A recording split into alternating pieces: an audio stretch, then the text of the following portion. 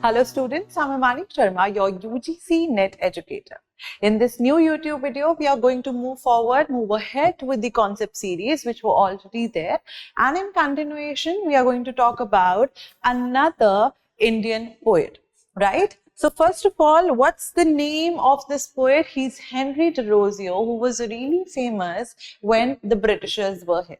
So of course, he was living during the British rule. He was born in the year 1809, and this is a picture, this is a portrait of Henry Derozio. And whenever he was living, right, just like Michael Madhusudan Dutt, he lived in a time span under the Bengal presidency,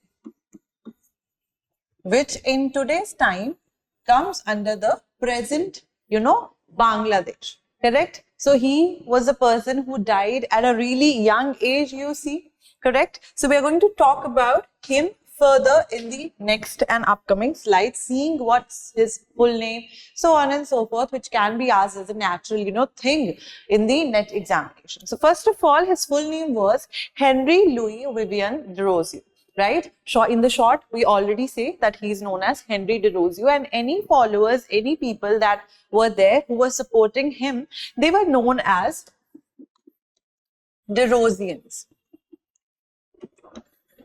Correct? So he was a person who was not properly of Indian, descent, but there were other, let's just say the areas from where he belonged from. So Portuguese, Indian and English. So he was a person who had this amalgamation of different cultures, and he was a Portuguese, Indian as well as English in nature. And hence we see that the poetry that he writes is English in nature. Hence Indian writing in English we are particularly talking about and dealing with the poets.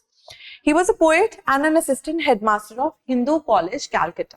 So we have talked about Hindu College. Hindu College was one such college which was established in the year 1817, right? And people at the British time, there were three colleges: Bombay, Calcutta and Madras. The central universities which were established in this college was established as well in the year 1870. He was a person who was influenced by the English writers Robert Southey and Lord Byron. You would have heard of Robert Southey and Byron and the kind of conflict that these people had and got into writing The Vision of Judgment and A Vision of Judgment. Correct? A radical thinker and one of the Indian educators to disseminate Western learning and science among the young men of Bengal. Now, why do we call him a radical thinker? Because he was one such person who was living at the time of the British, but somewhere or the other, he was against the Indian, let's just say the Hindu orthodoxy, he was against them.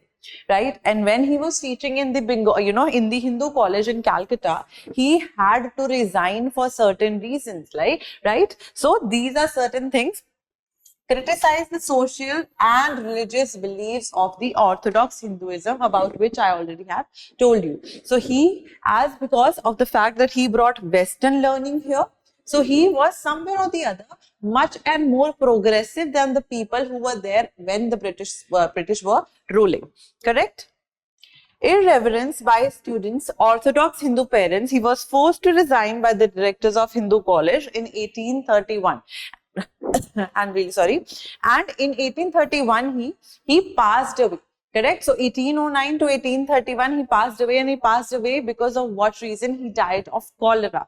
No other disease, but of course cholera, and influenced the young Bengal movement, right? So these were certain factual information which you all should be having on your tips when appearing for the NET examination, and of course the Indian literature, because in the Indian literature now they have started asking questions. Even the 2022 question paper, if you go and see, you would see that majority of questions, the majority of students think that yes, British mein se aayega, but the examination in the 2022 was mostly from the Indian literature. So it should be on your tips when it comes to the dramatists, when it comes to the novelists and poets per se as well.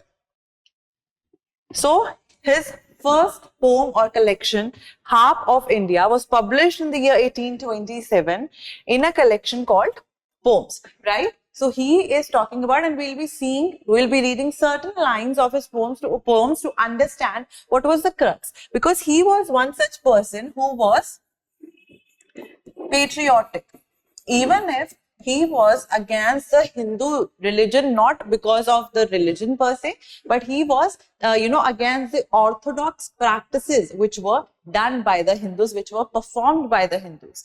But he was really patriotic towards the India. The Indian spirit of patriotism was really one such prominence which can be seen in his poetry. The harp in the poem is a symbol of the entire Indian civilization, that you need to, start playing that harp again and bring back the heritage that we have lost since the, advent of the British in India. Pitiable condition of India due to Western impact, already told you, and the ending line suggests the rejuvenation again, to restart again, and it is in the form of a sonnet. So what is a sonnet? Sonnet is a 14-line poem, correct, which is having a couplet at the end, a heroic couplet at the end. So the last two lines are the ones which are rhyming. The other ones have somewhere or the other, depending on what kind of sonnet is being used, it has some kind of one way or the other. The rhyme scheme varies, but the last two lines in a sonnet, that is the 13th and the 14th line, are supposed to rhyme. Correct?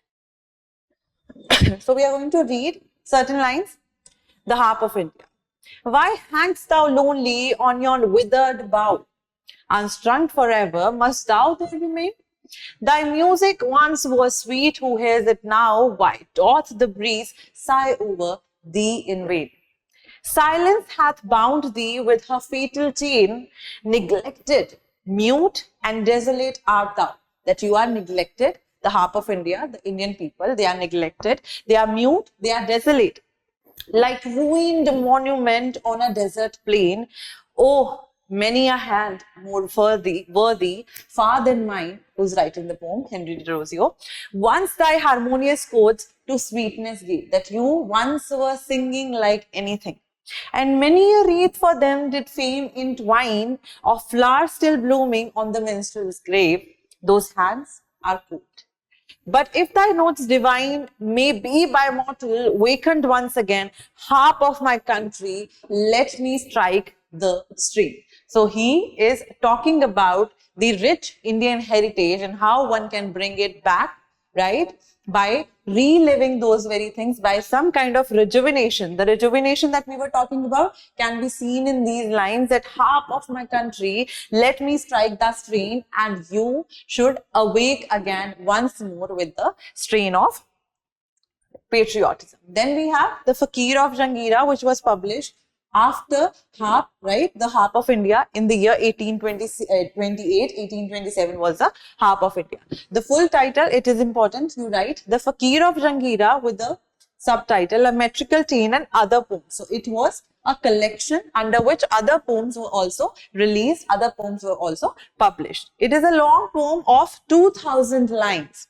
And Fakir and Nalini, they have a story there. They are two star-crossed lovers, just like Romeo and Juliet. And this is the front page when this collection basically was published, right? So it is a love story of Fakir, right, and Nalini, and how they try to overcome the obstacles, but they don't. Then we have To India, My Native Land. Again, you see the stance of patriotism, that mostly his poems are about India and the Indian land. It was published in the same year as Fakir of JUNGHEERA in 1828 as a part of the Fakir of JUNGHEERA. Extols patriotism and a love of freedom that we wanted from the British. Correct? The poet laments that he is saddened that India has been enslaved by the British, and he desires to bring back her glory. Her glory as in the mother India's glory, he wants to bring back again. Personifies India, talks to it, right? Talks to her in a monologue. We are going to read certain lines as well. Expresses a sense of personal loss, because leaving or, seeing your country being in a pitiable condition is really a personal loss as well, as much as it is, on a superficial level. Downfall of his country, India. To my native land. My country, in thy days of glory past, A beauteous halo circled round thy brow and worshipped as a deity thou wast. That you were being worshipped as a deity, right? Where is thy glory? Where the reverence now? Where is the respect that you once had? Thy eager pinion is chained down at last. You are chained at last and groveling in the lowly dust art thou. That you are being, you are running here and there. You are covered in sand. Thy minstrel hath no wreath to weave for thee slave, the sad story of thy misery. Well, let me dive into the depths of time, because once we were away from all these British people and the British rule, which has brought, our country to somewhere or the other to the downfall that we are seeing. Correct? And bring from out the ages that have rolled a few small fragments of these wrecks sublime, which human eye may never more behold, and let thy guardian my labor be, my fallen country, one kind of wish for this is my wish for you, that you rise up again and bring back your glory that you once had. Correct? So these were certain things which were important from the net perspective when it comes to Henry Derozio. Now, one thing which is important, which I have brought forth as a question for you all, about which the answer might be pinned down after certain days or will be provided in the upcoming video. So the question here is that with what or with which movement was Henry Derozio associated, right? So you are supposed to answer that very thing in the comment section below, and we'll reply for sure, or maybe answer it in the next video. Till then, you all keep on studying. Thank you so much and have a good day.